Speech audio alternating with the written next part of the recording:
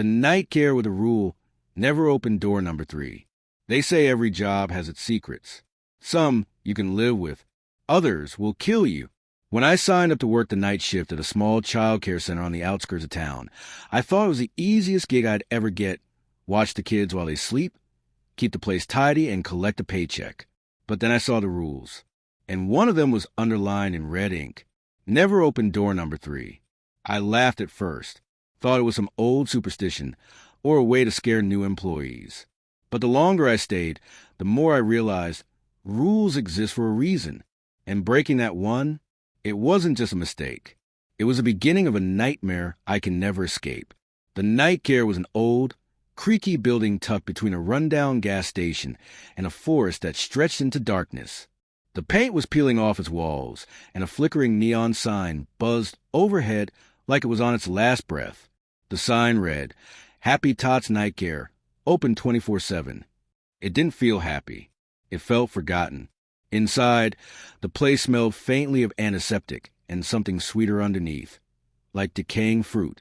The walls were decorated with faded murals of smiling cartoon animals, but time had warped them. Their faces looked stretched, distorted, as though the paint itself was trying to crawl off the wall. When I walked in for my first shift, the manager, a thin woman with pale skin and tired eyes, handed me a laminated sheet of paper. "Rules," she said flatly. "Read them. Memorize them. Don't break them." There were 6 rules in total. 1. Always lock the main door after midnight. 2. Do not let any child leave before sunrise. 3. Never answer phone after 1 a.m.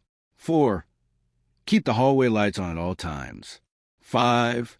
Check on the sleeping children every hour. 6. Never open door number 3. The last rule had been written in bold, with the words "do not" scratched over and over like someone was desperate to make it stick.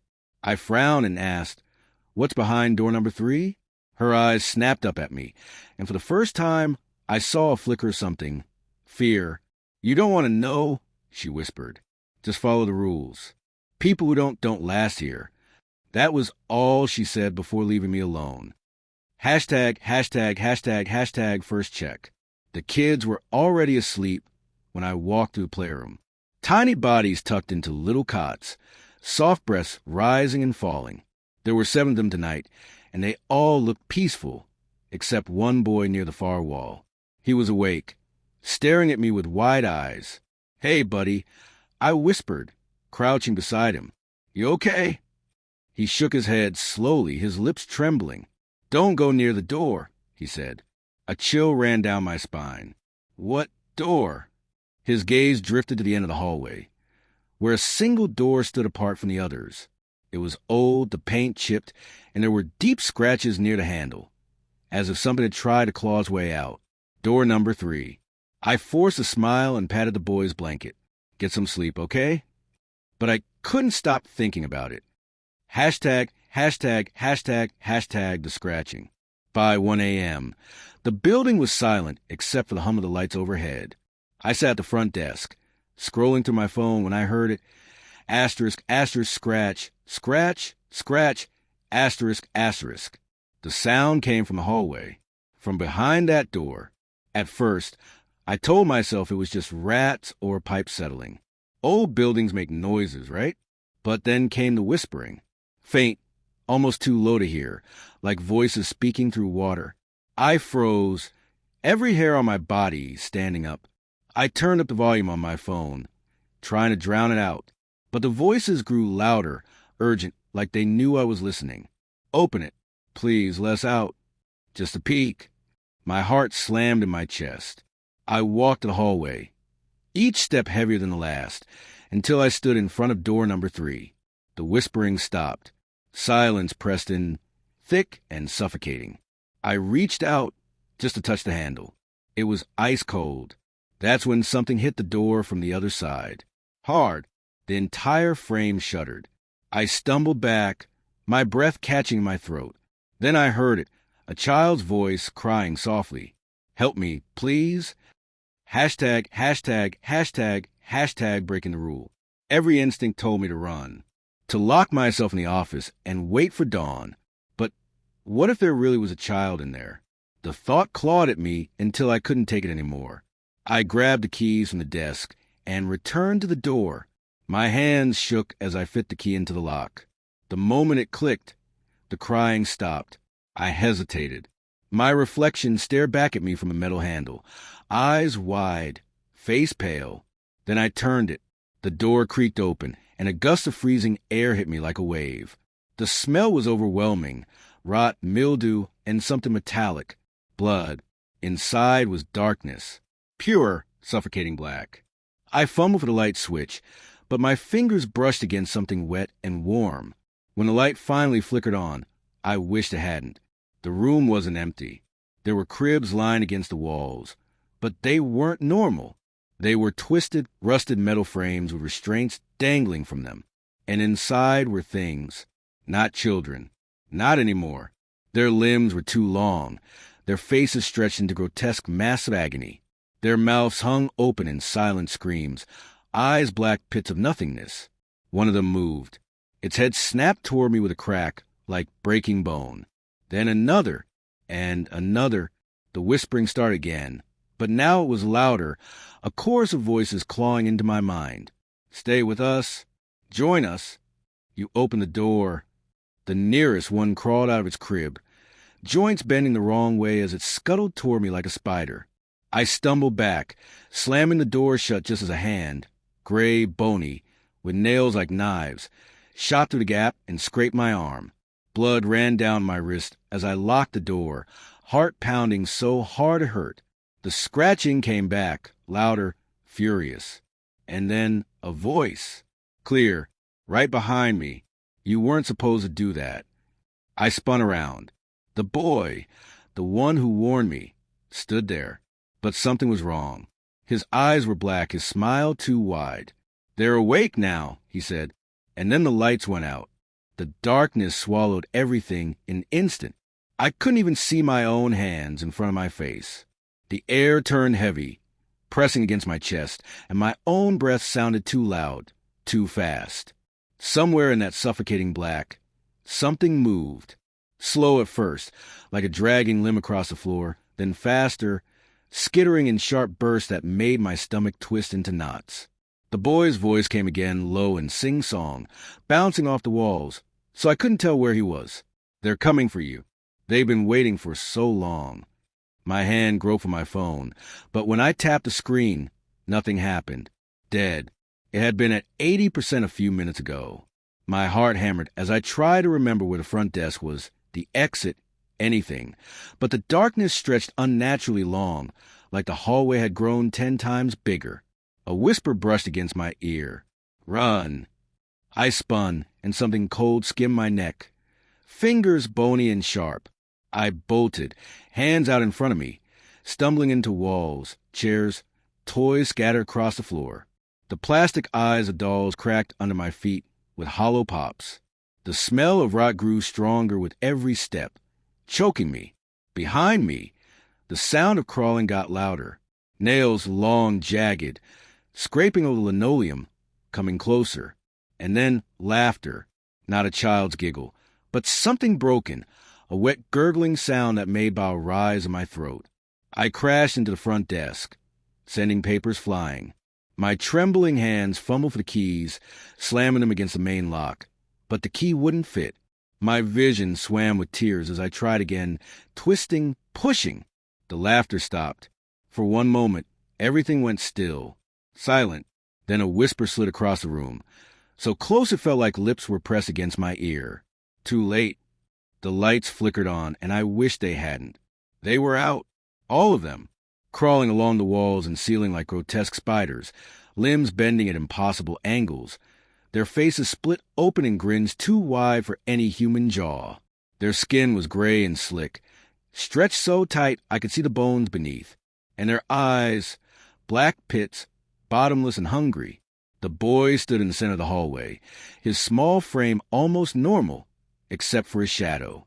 It stretched across the floor like a spider's legs, too many limbs branching from it, twitching. His voice was calm now, almost sweet. You shouldn't have opened it. I stumbled back, clutching the keys like they were some kind of weapon, though I knew they were useless. The creatures began to move in sync, their heads jerking in sharp, unnatural motions. One by one, they started whispering, not in words I could understand, but in sounds that drilled into my skull, twisted my thoughts until I couldn't tell what was real anymore. And then they lunged. I dropped the keys and ran. My legs burned as I sprinted down the hallway, past the playroom where the other kids should have been sleeping. But their cots were empty, sheets torn, toys scattered, and smeared across the floor, tiny handprints in something dark. The exit loomed ahead, the faint red glow of the emergency sign, my only guide. I grabbed the handle, yanked, and it didn't budge. Locked. No matter how hard I pulled, it wouldn't move. Behind me, claws scraped closer and closer, and the whispers turned into shrieks.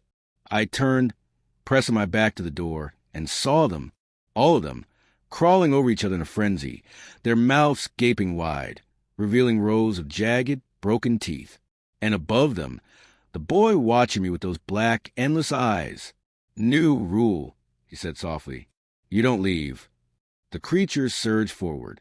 I screamed and threw myself to the side at the last second, crashing into a supply closet. I slammed the door shut behind me, twisting the flimsy lock, praying it would hold. The pounding started immediately. Thuds so hard the door shook against my back. In the pitch dark, I clutched at the shelves, grabbing anything I could use as a weapon. Cleaning sprays, a rusted mop handle. My hands brushed something soft and wet, and when I pulled back, they were covered in blood. My breath came in short, ragged gasps as I tried to stay quiet, but the pounding stopped. Silence again. Then, slowly, something scraped down the closet door. Nails. Moving slow. Deliberate. A whisper seeped through the crack, curling around my ears like smoke. "We're hungry." I bit down on a sob, covering my mouth with trembling hands. I couldn't move. Couldn't breathe. Every instinct screamed at me to stay still. But something shifted behind me. I froze. The closet wasn't empty. A low wheeze rose from the corner, like someone trying to breathe through water. I turned my head, just enough to see it. A shape hunched in the darkness, knees bent at sharp angles, arms too long, its fingers dragging across the floor. Its face was inches from mine before I even registered it had moved. Its smile was carved ear to ear, lips shredded, and where its eyes should have been were holes dripping black sludge. It leaned close, breath cold against my skin, and spoke in a voice that didn't belong to anything human. "You let us out." The door behind me splintered as the others forced their way in. And then, darkness again. The sound of splintering would fill the tiny closet. Every crack a gunshot in the dark. My body froze against the wall as shards of the door broke away, one by one, until I could see thin slivers of pale gray limbs writhing through the gaps like worms. Fingers, long, sharp, jointed wrong, slid across the floor, scraping gouges into the tiles. I couldn't scream. My throat had locked up completely. The thing inside the closet, with me, didn't move at first. It just crouched there, head tilted, that torn smile stretching impossibly wide. Then, in a slow, jerky motion, it crawled backward into the farthest corner, folding its limbs in on itself like a spider waiting to strike. Its breath was the worst part, a wet rattle that made the air feel too thick to breathe. The pounding stopped. Silence stretched again, taut and suffocating. Through the jagged cracks in the door, I saw shadows shifting, twitching in unnatural spasms just beyond the threshold. They weren't leaving. They were waiting. And then the boy's voice came again, soft, cheerful, and so close it felt like it came from inside my head. "You opened the door. That means you belong to us now." I pressed my palms over my ears, squeezing my eyes shut, whispering to myself like a prayer. This isn't real. This isn't real. But it was. The closet door gave way in a violent explosion of splinters. Wood shards tore at my skin as the things outside poured in. Not walking, crawling, sliding over each other in a writhing tide of limbs and faces that weren't faces anymore. Their whispering hit like a storm, flooding my mind until I couldn't even hear my own thoughts. I swung the mop handle wildly, the rusted metal cracking against the first one that lunged at me. It made a sound that was almost a laugh, a bubbling hiss, and kept coming. I jammed the handle into its mouth as it lunged again, teeth snapping inches from my face. Black fluid splattered across my arms, cold and sticky, burning like acid where it touched my skin. Another one seized my leg, its fingers piercing through my jeans like knives. Pain ripped through me as it dragged me toward the door, its strength inhuman. I kicked, screamed, and grabbed at the shelves, pulling down anything I could, bottles of bleach, boxes, even a heavy metal canister that cracked another creature's skull like porcelain. But more of them kept coming, crawling over the bodies of their own, clawing for me with hunger in their hollow eyes. Somewhere in the chaos, the boy appeared again, standing in the doorway, untouched, his small hands clasped behind his back like a polite child waiting for a turn to speak. His black eyes gleamed in the flickering light, his smile calm and wrong. "You can't fight them," he said, almost with pity. "You shouldn't even try." I didn't listen. I ripped free from the creature's grip and bolted past him, shoving his small body aside, though it felt like shoving a wall. He didn't even stumble, just turned his head slowly as I ran, voice following me down the hall like a shadow. There's nowhere to go. The hallway stretched ahead, longer than before, lined with doors that hadn't been there earlier, dozens of them, each marked with numbers that crawled and shifted as I stared. The floor pulsed under my feet, like I was running on something alive. The walls wept black slime that dripped down in long, sticky strings, clinging to my clothes as I passed. I didn't care. I ran until my lungs felt like they were going to explode, until I saw it, the exit, the same red glowing sign, pulsing like a heartbeat at the far end. I slammed into the door with my full weight, rattling the frame, twisting the handle until my skin tore. Locked. Again. No. My voice cracked. I pounded on the door with both fists, screamed until my throat ripped raw. Outside, I could see nothing but fog, dense and gray, pressing against the glass like something alive. Then I heard it, a click behind me. One of the numbered doors swung open on its own, slow and deliberate, revealing nothing but blackness beyond. Something whispered from inside, soft, coaxing, like a mother calling a child home. "Come back, come back." I backed against the exit door, tears streaming down my face, my breath coming in sharp, panicked gasps. The boy stepped out of the shadows at the far end of the hall, his smile wider now, his arms open like he was welcoming me. "You're making this harder than it has to be," he said softly. "Just pick a door, any door. They all lead to the same place." The creature began to crawl out from the darkness behind him, filling the hallway, clinging to the ceiling, their mouths gaping open in hungry anticipation, their whispers layered over each other until it was like 1,000 voices screaming inside my head. I turned back to the exit and slammed my fists against it one last time, before I noticed something. The glass in the center wasn't reflecting me. It showed the hallway behind me instead. Only in the reflection, I wasn't standing there. The boy was, right behind me, cold fingers wrapped around my throat, yanking me backward into the darkness. My scream never left my mouth. When I woke up, I was lying on a cold metal surface. My head throbbed, my throat burned, and when I tried to move, I couldn't. My arms and legs were strapped down tight. The smell hit me first, rotten blood, thick and clinging. Then I saw them, cribs lined along the walls, filled with shapes that twitched and writhed softly, their whispers crawling across the room like insects. I tried to scream, but the sound came out broken, shredded by fear. Above me, the boy leaned over, his black eyes glistening like oil, his smile endless. "Chill," he whispered, pressing one small finger against my lips. "Don't cry. You'll wake the others." He tilted his head, studying me with something like curiosity. "Do you know why there's a door number 3? I shook my head frantically, tears spilling into my hair. "Because 1 and 2 were full." He grinned wider as the whispers rose around us, and the straps tightened on their own, digging into my flesh until I couldn't feel my hands anymore. Then the lights went out. The darkness wasn't silent this time. It breathed. I could feel it moving over my skin like damp fingers, hear the slow inhale and exhale of something massive hidden beyond the black. My heart pounded so loud I swore it echoed in the room, but the whispers drowned out, thousands of them, overlapping, hissing things I couldn't understand. I tugged at the straps until my wrists burned, but they only tightened, biting into my flesh like living things. The metal table was ice cold against my back, leaching the warmth from my body until I started to shiver. Then a light snapped on above me, harsh, white, and blinding. The boy stood at the foot of the table, his face tilted in that same innocent smile. But under the sterile glow, it wasn't a boy's face anymore. The skin was too pale, stretched too thin, and when he blinked, the lids moved sideways, like a reptile. His teeth, they weren't teeth at all, but jagged splinters of bone jutting in all directions. "You've caused a bit of trouble," he said softly, his voice echoing even though the room was small. "They don't like when the door opens too soon. Please," my voice cracked like broken glass. "Please let me go.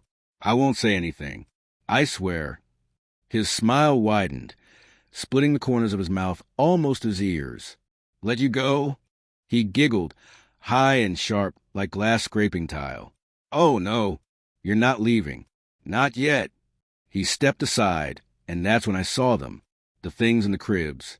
They were awake now, sitting up, their long limbs curling over the metal bars like vines, their heads lolled at strange angles, black holes where eyes should be, mouth slack and dripping thick, tar like saliva, and their voices, oh God, their voices were children's voices, crying, laughing, begging for their mothers.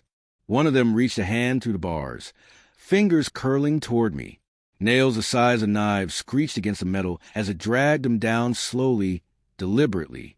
The boy climbed onto the table, straddling my legs like a child playing doctor. He leaned close until I could smell him, sweet like rotting fruit under the sun. His cold breath brushed my cheek as he whispered, "You shouldn't have broken the rule, but there's still a way out." Hope flared in me like a dying spark. What do you mean?" His grin sharpened. "A trade, 1 in, 1 out." He cocked his head. "You give me a name and you can walk free. Just one. Someone to take your place." My stomach lurched. "What?" "You heard me." His tiny fingers trailed up my arm, leaving streaks of something slick and cold. "Say a name. Someone you know. Someone who won't be missed. And I'll unlock the door for you." My mind raced, clawing for a way out. I can't." "You can." His voice darkened, hollow and layered with something not human. The light above us flickered, and for a split second his face was gone, replaced by something formless, a mass of writhing shadows with teeth glinting in every direction. When the light steadied, the boy was smiling again. Or he leaned close, pressing his lips to my ear. "You stay, and you become one of them." The whispers surged, shrill and urgent, filling the room with a maddening chorus. Asterisk, join us. Join us. Join us. Asterisk. I shook my head violently, tears streaming down my temples. "No. Please, no." The straps tightened again, hard enough to crush bone. Pain exploded through my limbs. I screamed, the sound ripping my throat raw, but the boy just laughed and hopped off a table. "You have until they wake fully," he said, gesturing toward the cribs. The things were moving now, crawling over the bars, dropping to the floor with sickening cracks as their limbs bent and snapped back into place. "After that, it won't matter if you give me a name. They'll take what's left." He walked to the door, humming a tune that made my skin crawl. At the threshold, he stopped and looked back, his smile almost tender. "Think carefully. I'll be listening." The door shut and the lock clicked. Darkness fell again, broken only by the sound of claws dragging across the floor. I twisted, fought, screamed until my throat was raw. My hands were numb now, my legs dead weight. One of the creatures crawled closer, its head twitching violently, jerking like a puppet on tangled strings. It climbed up the side of the table, its jaw unhinging with a wet pop as it loomed over my face. I thrashed and kicked, but the straps held fast. Its breath stank of decay, of old blood. Its mouth opened wider, rows of broken teeth jutting from black gums, and from deep inside its throat came the sound of a baby crying, high-pitched, desperate, inhuman. My mind shattered. I did the only thing left to do. I screamed a name. The whispering stopped. All of it. Silence slammed down so hard my ears rang. The creature froze, its head snapping toward the ceiling like it had heard something far away. Then, slowly, they all backed away, their limbs folding, their bodies slithering back into the shadows. The boy's voice came through the darkness, soft and sing-song. "Good choice." The straps loosened. I sat up, gasping, my heart clawing at my ribs as I stumbled off the table. The door opened with a groan, and the boy stood there, smiling, holding out his small hand. "Come on," he said. "Time to go." I didn't take his hand. I ran past him, down the endless hallway, not caring where it led, until I slammed into the exit door again. This time it opened. I burst out into the night, collapsing on the damp grass under a sky that seemed too dark, too empty. The Nightcare stood behind me, its neon sign flickering weakly. For a second, I thought it was over, that I was free. Then my phone buzzed in my pocket. My hands shook as I pulled it out. One new message. No number. Just words. Delivery confirmed. Thank you. And below it, a photo of the person whose name I had spoken, bound to the same metal table, eyes wide with terror. I dropped the phone like it burned me, but the image seared itself into my brain. Her face, those eyes, locked on mine even through the screen, accusing, pleading. I couldn't breathe. My chest felt like it was caving in. I staggered backward until my knees hit the wet grass, and I doubled over, vomiting hard. The phone buzzed again. Another message. I didn't want to look, but I did. Rule added. Never ignore us. Below the text was a video. My thumb hovered, trembling, before the screen lit up with the worst sound I'd ever heard. A scream so raw it didn't sound human anymore. Her scream. The camera shook, showing flashes of a familiar room. Metal tables, cribs, shadows moving in the corners. The boy stepped into the frame, smiling at me through the screen like he knew I was watching. "Don't worry," he said softly, stroking her hair as she thrashed against the straps. "She'll learn to love it here, just like you would have." The video ended. My stomach turned to stone. I wanted to throw the phone, smash it, destroy every trace of that place. But when I lifted my arm, I froze. There was something new on the screen. A list. Names. Dozens of them. Scrolling endlessly like a roster of the damned. At the bottom was a blinking cursor, waiting for the next one. My breath hitched. A cold realization sank into my bones. This wasn't over. It would never be over. I'd given them one name, and now they wanted more. Behind me, the neon sign of the Nightcare flickered one last time before going dark. The whole building seemed to exhale, a long, low groan that made the ground vibrate beneath me. Then, in the trees beyond, whispers rose again, soft at first, then swelling, circling me like a chant. Asterisk, one in, one out. One in, one out, asterisk. I ran. I didn't know where, just away from that place, away from the suffocating weight of those whispers. The night was endless, the road twisting and stretching like it didn't want me to leave. Every shadow hid a face. Every rustle of leaves sounded like crawling limbs. When I finally saw the glow of my apartment windows, I almost collapsed from relief. I burst inside, slammed the door, and locked it. Then I slid down the wall and curled into myself, shaking uncontrollably. But peace didn't come. It couldn't. The phone wouldn't stop buzzing. Notifications rolled in one after another, relentless. New rule. Keep the phone close. New rule. Answer when we call. New rule. Feed us. Feed us. The words pulsed on the screen like a heartbeat. I stumbled to my feet, pacing the room, my thoughts spinning like a broken wheel. If I ignored them, would they come for me? Drag me back into that room? I could still feel the straps biting into my skin, smell the rot, hear the baby-crying laughter of those things. I couldn't go back. I wouldn't. The phone buzzed again. A new message. Your time is running out. Then another photo appeared. My apartment door, taken from the outside. My blood turned to ice. I crept to the window and peered out. The street was empty, silent, but the shadows seemed deeper somehow, pressing closer. My phone buzzed again, And this time it wasn't a text. It was a call. No number. Just the word. Door. My throat locked. The ringing filled the room, louder, shriller with every second, until it felt like needles in my skull. I had to answer. My hand shook as I slid my finger across the screen. Hello. My voice was a ragged whisper. The boys' laughter spilled through the speaker, sweet and sharp as broken glass.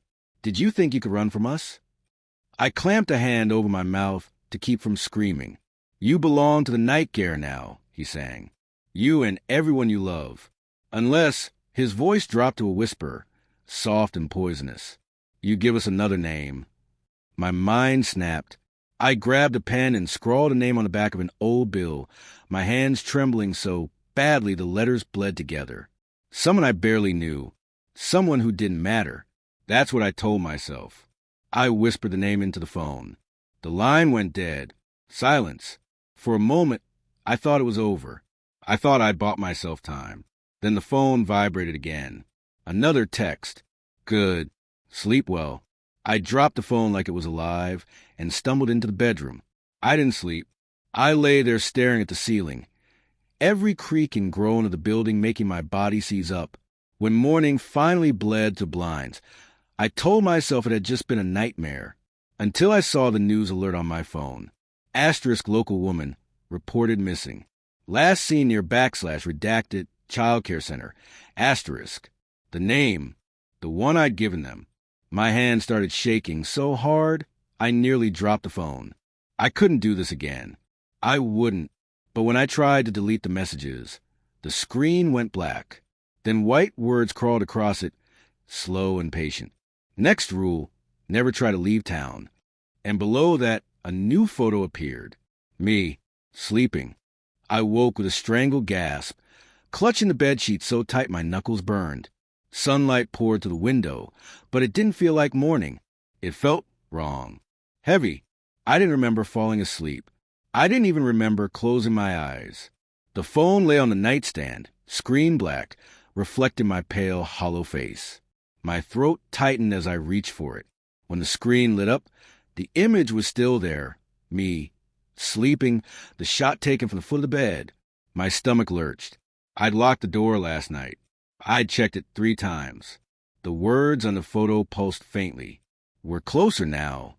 I shot out of bed, heart hammering, and tore through the apartment. The door was still locked.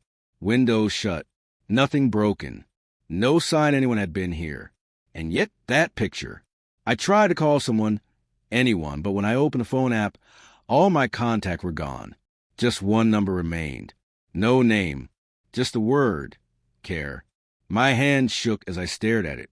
I didn't dial. I couldn't.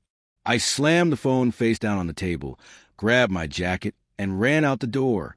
The street outside looked the same, but everything felt off. Too quiet. The air too still, like the whole world was holding its breath. Cars lined the curb. Empty. Curtains drawn. No dogs barking. No wind.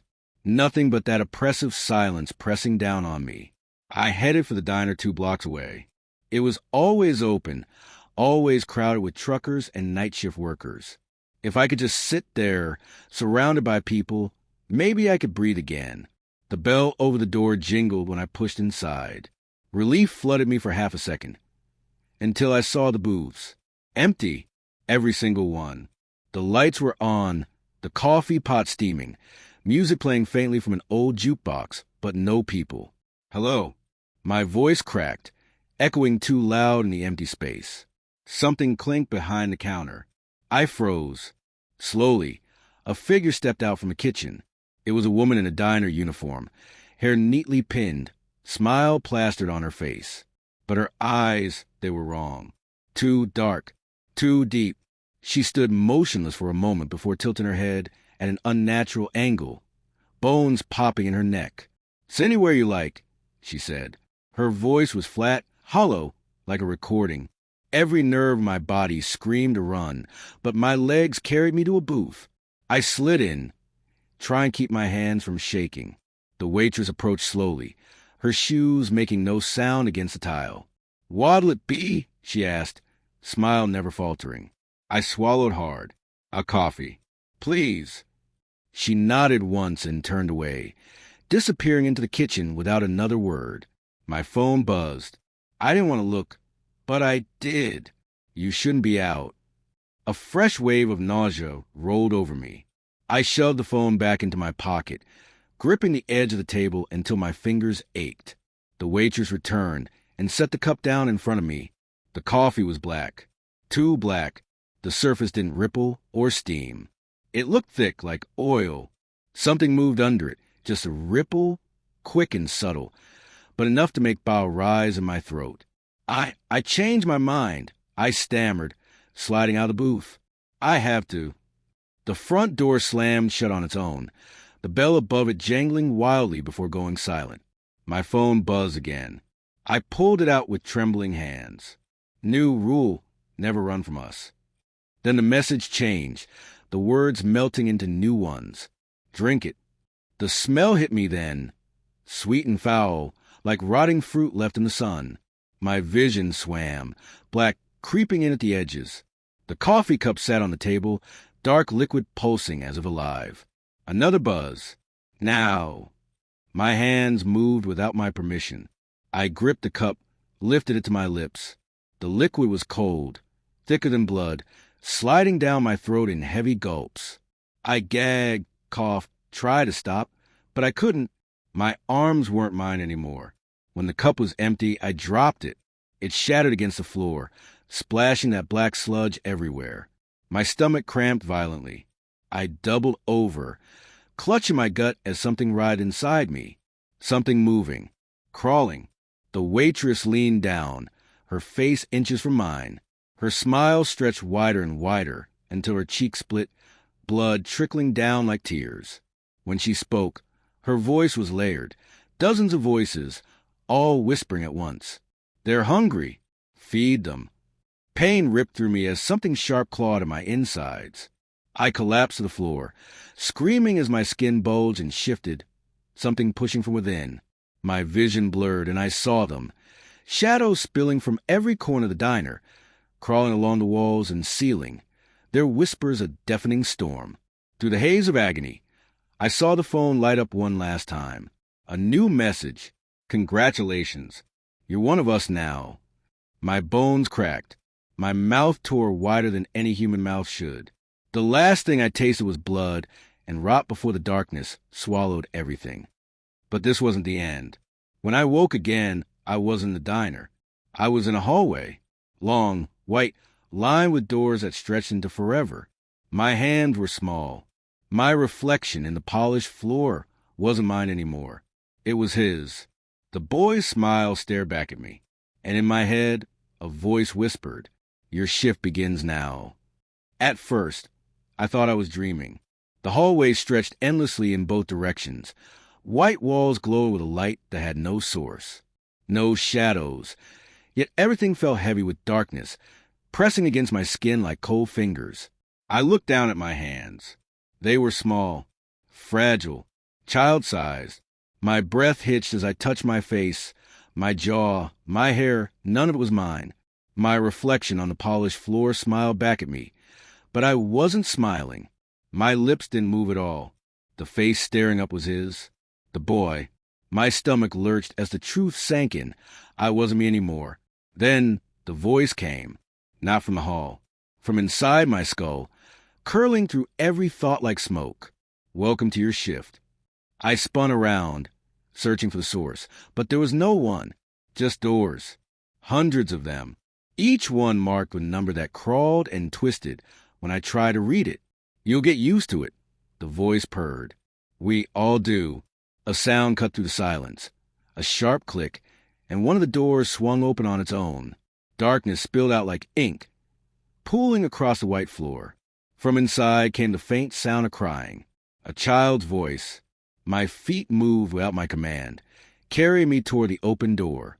I fought to stop, to dig my heels into the smooth ground, but my legs ignored me. My hand reached out and gripped the handle, and when I pushed the door wide, the crying stopped. The room beyond wasn't a room at all. It was a void, a swirling pit of black fog that stretched into forever. From deep inside came whispers, soft, coaxing, 1,000 voices murmuring all at once. My stomach knotted. I knew those voices. They were mine. Every scream, every sob, every broken plea I'd made in that place.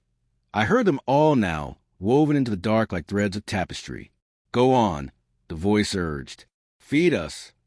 Something slithered up from the pit, a shape like a child but wrong. Its limbs too long, its head tilting with a sickening snap. Its hollow eyes locked on mine, and in that gaze, I saw hunger so deep it could swallow worlds. I stumbled back, shaking my head. No, I won't. The voice cut me off, cold and sharp. You don't have a choice. You're one of us now. One in, one out. A name surfaced in my mind unbidden, rising like a bubble from black water. I tried to choke it down, but the harder I fought, the stronger it grew until it burned behind my teeth. When I spoke, it wasn't my voice. It was his. The pit roared. The creature shrieked with joy and vanished into the dark, dragging my words with it. The door slammed shut, and a new one opened down the hall. And then another, and another. Soon, the corridor was alive with whispers, doors yawning open like hungry mouths. My legs moved again, carrying me forward. My throat burned with names. Names I didn't want to say but couldn't hold back. Each time I spoke, the darkness swelled, and something inside me hollowed out a little more. The voice purred in my skull, sweet and venomous. See? It's easy. It feels good, doesn't it? It didn't. It felt like dying in slow motion, like peeling my soul away, strip by strip, until nothing human remained. But then I saw something, far down the endless hall, a door that wasn't white. It was black, slick with something that dripped on the floor in slow, thick drops. A sign hung crooked above it, the letters carved deep and jagged. Door number 3. My pulse thudded in my ears. That door, the one they told me never to open, the one that started all of this. And now it was calling to me. As I approached, the voice hissed, sharp enough to slice through bone. Stop. Do not enter. But I kept walking. My feet were mine again. My hands trembled as they reached for the handle slick with black ichor. The whispers rose into screams. The white doors slammed shut one by one, the entire hallway vibrating like something alive. The voice roared in my head, no longer calm, furious, feral. If you open that door, there is no going back. My fingers tightened on the handle, and for the first time since this nightmare began, I smiled. Good. I whispered, and I pulled. The door yawned wide with shriek like tearing flesh, and darkness swallowed me whole. The darkness on the other side of door number 3 wasn't like before. It wasn't just the absence of light. It was a living thing. It clung to me, cold and wet, seeping into my clothes, my skin, my lungs. I staggered forward, each step sinking into something soft, like rotting flesh beneath my shoes. Behind me, the door slammed shut with a sound like a heartbeat stopping. The corridor was gone. No doors, no walls. Only the black stretching forever, pulsing faintly with veins of dull red light. And the whispers, oh God, the whispers weren't distant anymore. They were inside me, threading through my bones, speaking in voices I knew. My voice, the boy's voice, every voice that had ever screamed in the Nightcare. Then came the smell, wrought so thick I could taste it, mingled with something sweeter, cloying, like sugar left to fester in the sun. I gag and cover my mouth, but it didn't help. The stench wasn't in the air. It was in me. Something moved in the dark ahead. Slow, massive. My stomach dropped as 2 shapes emerged. Pillars of slick, black flesh, ribbed like insect legs, stretching up into infinity. For a moment, I thought they were part of the walls, until they bent forward and opened. Not doors, not walls. Eyes. 2 colossal eyes, glistening with black, so deep it ate the light, each the size of a house. They locked on me, pinning me in place with a weight that crushed thought, crushed will. My body convulsed, every instinct screaming to run, but my legs folded instead. I collapsed to my knees in the viscous muck, my reflection rippling in the black slime like a shattered mirror. The whispers stopped. Silence fell like a blade. Then, from that silence, a voice rose, not like the boys' sing-song tones, not like the layered murmurs of the creatures. This voice was vast, ancient, a sound that bent the air, rattled the marrow in my bones. Hungry. The word wasn't spoken. It was carved into my skull, burned into every nerve until I screamed from the pain. My mouth filled with blood as my teeth rattled loose, clinking against my tongue. I spat them out into the sludge, and something beneath the surface snatched them away. The eyes blinked, slow, grinding shudders of flesh, and the ground quaked as the darkness thickened into shapes. Limbs, hundreds of them, slick and skeletal, reaching for me from every direction. They didn't grab me. Not yet. They stroked my arms, my face, my throat, tender as a lover. The voice came again, deeper, hungrier. Feed. I don't have any more names. I choked out, my voice a hoarse whisper that dissolved into sobs. Please. I can't. The limbs convulsed. A ripple of fury through the dark. Something slammed into me, hard, sending me sprawling on my stomach in the muck. My jaw cracked against the ground. Warm liquid poured from my nose. You opened the door. I sobbed, clawing at the slime, trying to crawl away even though there was nowhere to go. The limbs slithered over me, flipping me onto my back, pinning me down with bone-snapping force. My chest heaved. My vision swam. From the black above, a shape descended. At first, it looked like the boy, small, slight, smiling. But as it drew closer, the truth unraveled. His face split like rotten fruit, peeling back into petals of flesh, revealing rows of jagged teeth inside a gaping hollow. His body stretched, bones cracking, sprouting arms that branched like dead trees. He wasn't the boy. He never was. He was just a mask. The true shape loomed behind him, a silhouette so vast it blotted out the red veins of light, its edges crawling with things that looked like heads, like hands, like everything I'd ever feared as a child. You belong to me now. I screamed until my throat tore, but the limbs coiled tighter, snapping ribs like twigs. The boy thing bent low, pressing its split face to mine, breath colder than death. You thought opening the door would set you free? It whispered, voice writhing like maggots in my ears. You didn't escape the game. You just found the player. Something sharp plunged into my chest, a limb or a tongue or something worse. It didn't pierce skin. It pierced soul. I felt myself unraveling. Threads of who I was ripped loose and devoured one by one. My memories burned out like dying stars. My apartment, my name, my face, all gone. Then came the others. Faces blooming in the dark like flowers made of teeth. People who'd opened doors. People who'd made trades. People who had whispered names in desperation. Their eyes glowed faint and hollow, fixed on me with hunger and pity. Help me! I begged, my voice a raw rasp. But they only whispered in perfect unison. One in, one out. And then I understood. There was no escape, no bargain, only the endless hunger, spreading through every door, every rule, every whisper. The limbs dragged me upward, toward the colossal eyes that watched without blinking. My body dissolved into black strings, drawn into that infinite mouth above. The last thing I saw before the dark swallowed me whole was the boy's mask, floating on the surface like a smile carved into death. And then silence. Nothing, until a voice broke it. Soft, sweet, familiar. Welcome to Nightcare. Please remember the rules. The first thing I noticed was a sound. Not whispers this time, but music. Soft, lilting, almost cheerful, a lullaby drifting through the void. My eyes snapped open, and for a split second, I thought I'd escaped. The darkness was gone. I was standing in a bright room, walls painted soft yellow, cartoon animals dancing across the trim, toys scattered across a colorful rug. A rocking chair creaked gently in the corner, empty, moving as if someone had just stood. And then I saw the door, big, heavy, white, and marked with number burned deep into the wood. 3. No! I whispered. My voice was wrong. Higher, thinner. I ran to a mirror on the far wall and froze. The reflection that stared back wasn't mine. The boy's face smiled from the glass, dark eyes glittering, teeth small and sharp. A sob tore out of me, but the sound never left my throat. My lips didn't move. The smile stayed fixed. Behind me, the music stopped. The silence that followed was worse than any whisper. Then came the click of a lock turning.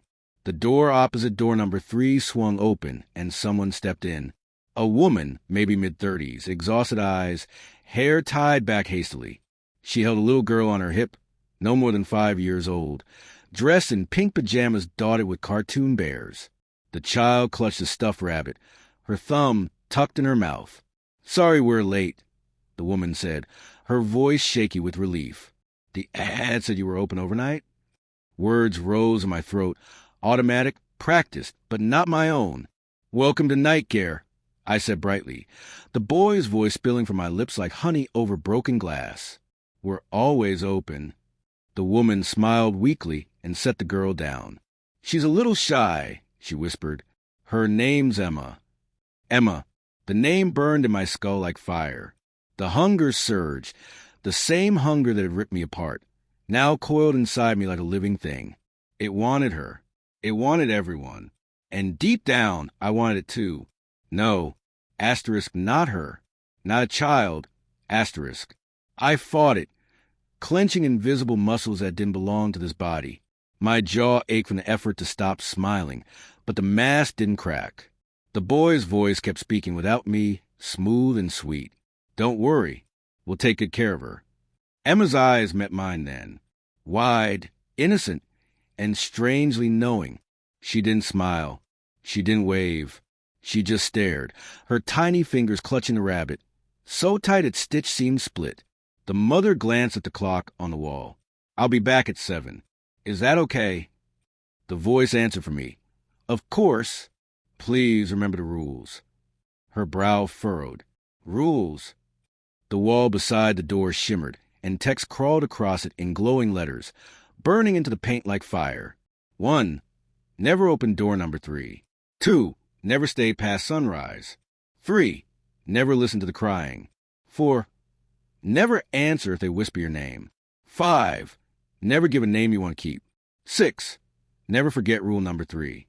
The mother read them slowly, her face paling. "Is this some kind of joke?" The voice laughed softly through my lips. "Rules keep everyone safe." She forced a laugh, kissed Emma's head, and hurried out. The door shut with a heavy thud.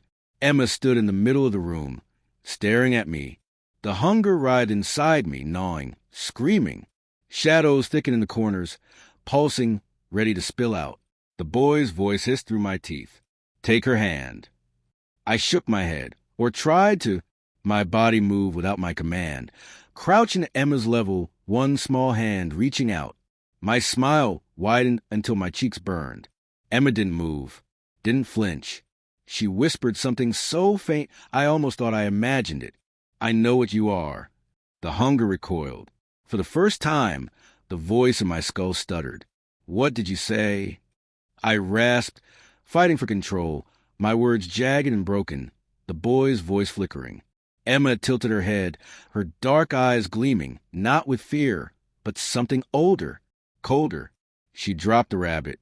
Its stitched mouth split open, and black thread spilled out like veins, riding across the floor. "She told me you'd come," Emma whispered. "She told me about the door." My blood, or what was left of it, turned to ice. "Who?" Emma smiled then, a slow, terrible smile. "My other mommy." The lights flickered. The walls shuddered. Door number 3 groaned behind me, its frame splintering, something pounding from the other side. The hunger inside me roared, but for the first time, it wasn't in control, because Emma wasn't prey. She was the key, and when she opened her mouth again, her voice wasn't a child's anymore. It was layered, ancient, echoing to the hollow of eternity. "You don't break the rules. You break the one who made them." The ground split open. Shadows spilled out like blood, and the boy's laugh fractured into a scream. The floor split wide like a mouth, vomiting darkness that crawled up the walls in writhing veins. The air thickened until it felt like breathing tar. Every toy in the room melted into twisted shapes. plastic faces bubbling, eyes popping like blisters. Emma stood in the center of it all, calm as a saint, her stuffed rabbit writhing at her feet like a living thing. Its seams burst, spilling black threads that spread across the floor, pulsing like veins feeding on the light.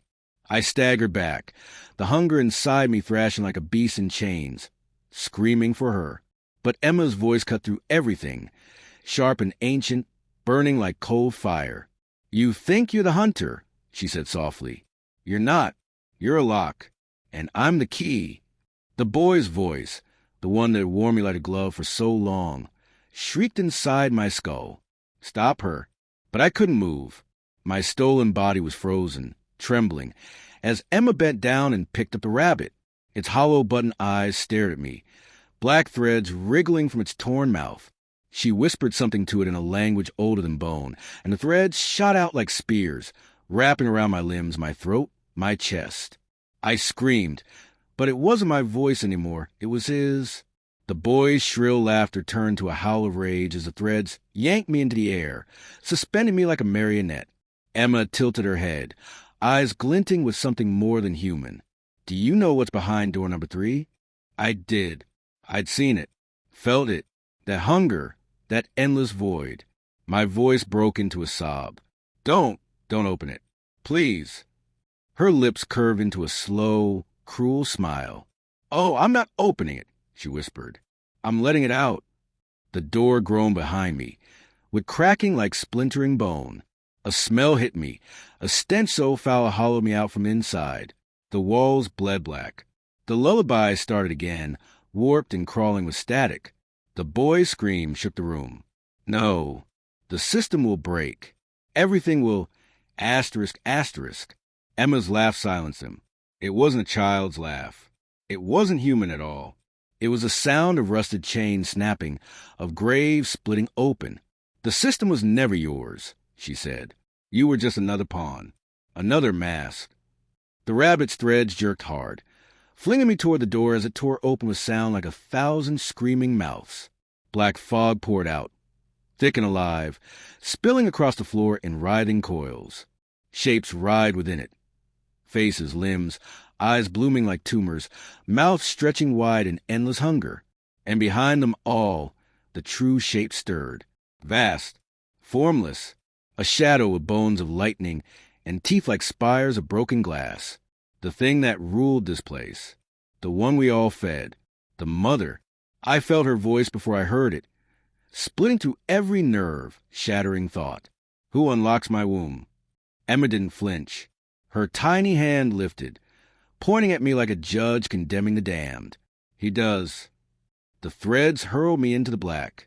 I hit it like water, but it burned like acid, eating through skin, through memory, through soul. My scream became theirs, the chorus of the damned, writhing in that endless tide. Faces clawed at me, mouths gaping, eyes hollow, and I knew them all. The ones I gave, the ones I betrayed. The boy's voice shredded into static, dissolving as I sank deeper, until only Emma's voice remained above the screaming sea. "You wanted to feed," she whispered, her tone almost tender. "Now be the feast." The darkness swallowed me whole. When I opened my eyes, I wasn't me, not the boy, not even the thing I became. I was everywhere. I was the hunger. And I understood the truth. There was no Nightcare. Not really. It was just a door, a lure, a mask stretched across an endless maw. The rules weren't warnings. They were prayers, desperate attempts to keep the mother sleeping. But now she was awake. And Emma, whatever Emma truly was, had broken the cycle. For the first time in forever, the hunger wasn't controlled. It wasn't fed scraps through names and trades. It was free, and it wanted everything. Epilogue. Morning light spilled across the quiet street outside the Nightcare building. The sign still glowed faintly, flickering like a dying star. A woman approached, yawning, clutching a diaper bag in one hand, her little boy trailing sleepily behind her. She stopped at the door. Something about it felt wrong. The sign above read, "Welcome to Nightcare," and below that, new words burned into the wood, dripping like blood. No rules anymore. As the door creaked open, a lullaby drifted out, soft, sweet, and endless. Then the screams began.